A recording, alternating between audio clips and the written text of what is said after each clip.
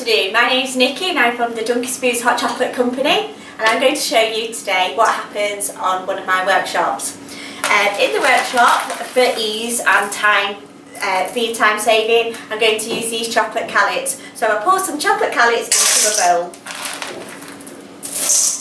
I'm then going to put them on to melt down. Okay, so we're melting the chocolate down, giving it a stir quite slowly. And as you can see, this is starting to melt now. So we'll take it off the heat, and we have to be very careful that we don't get any water inside the chocolate at all. Because water will damage the chocolate, and then you'll have to start the whole process again. And what I do as well, because of the cocoa solids in it, I then add some cold chocolate and stir that in slowly. And today I'm at Espiritu in sunny Bridgewells in Bradford, and I have the lovely Fran helping me out. So would you like to give that a stir for me, Fran? I would, yeah. I've been really excited about having a go at them making some chocolate. Something I've never really tried before. Oh God. Well, this part of the process is known as tampering. So we heat the chocolate up, melt it down, and then I put the cold chocolate in, because you know, like with margarine and stuff, when it goes hot and it starts to melt and it cools down and you get that skim on the top. Yeah, like there's a bit of a film in there. It can look a little powdery and white and be a bit discoloured.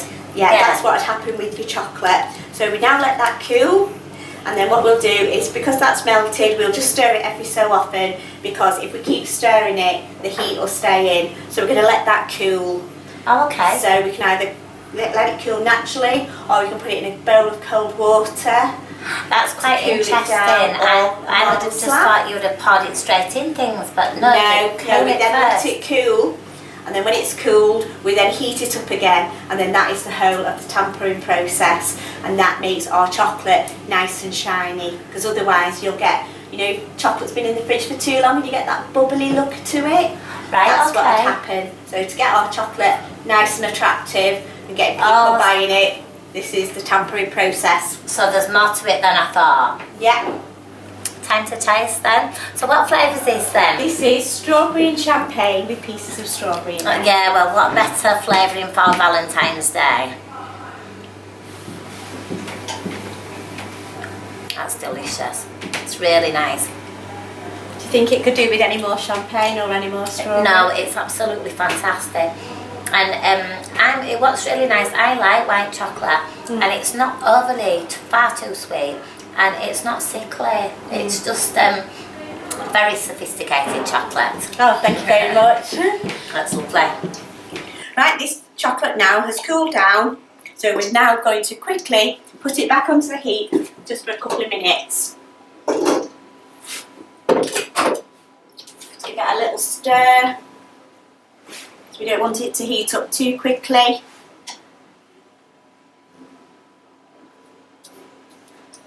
Just get it off the side, so it's going to be.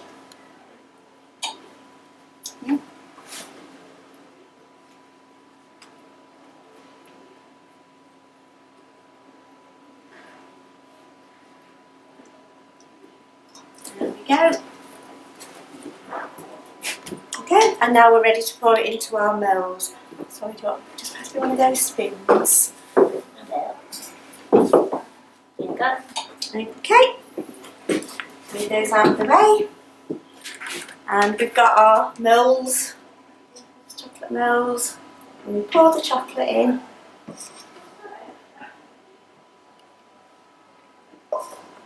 Make sure your moulds are nice and dry, don't just wash your moulds, because it could have some bits of water on.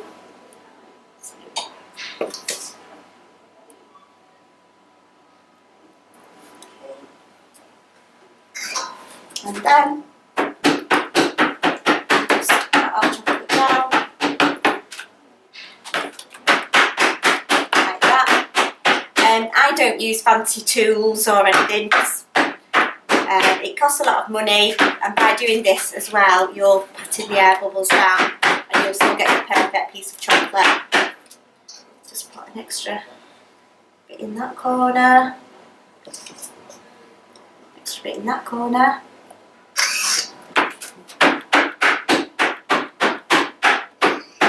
Got rid of all the air bubbles, and then that's nice and straight.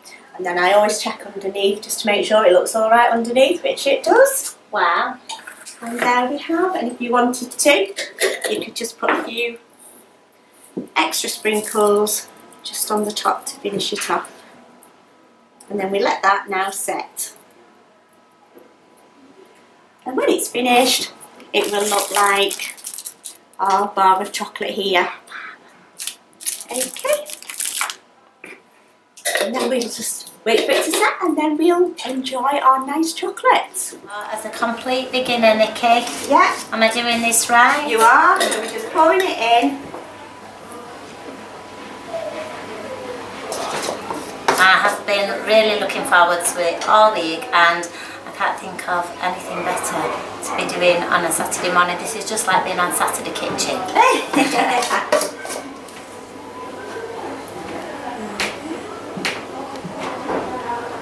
And you do different ones as well for people who are intolerant of dairy things, because Yes, it can be quite hard to find.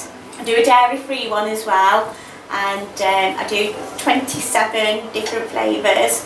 And the only one is I don't recommend the butterscotch for people that are lactose intolerant.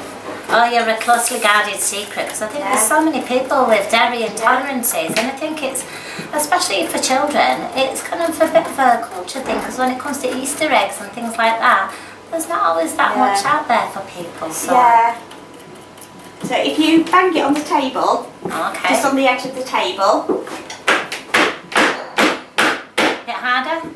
Yeah, if you do it so you've got all the 3 bars, so you hold it that way and bang it, and then you should be able to push it out of there. Yeah, just a little bit gentler, and then as you can see it's, Yep. we just need to put just a little bit into those corners. Okay. Put a little bit more into the corners. Must have been a bit skinny, was I? It's just trial and error. When I first started doing it, it took me ages sort of to master it, and I used all different tools, but it was just that much messing about That you that I just find the decided best to do it way. this way, and you still get a good edge on it. There we go. So So look over. doing And that it's as well, it amazing. gets rid out of the air bubbles as well. Yep, so you check check underneath. underneath that it's gone all the way through. And the good Do you want bit to now, a bit of a finish it sprinkle. off with Yes, some I do, sprinkles? thank you. So I mean, this is an ideal thing for children to do for birthday parties or... Oh, definitely. And you can put like chocolate beans on or pieces of fudge. And you do things as well for people who are diabetic, don't you? I'm just working on that at the moment, and also, I'll tell you what I have got as well if you want. Some of these sprinkles as well. I'll put some of those on. Wow. These look exciting. What are these? These are just strawberry crisps. Of course, because it's Valentine's Day, I think I do have to So we've try got and get a little bit creative here and do a little heart if I can do, to show how this will go.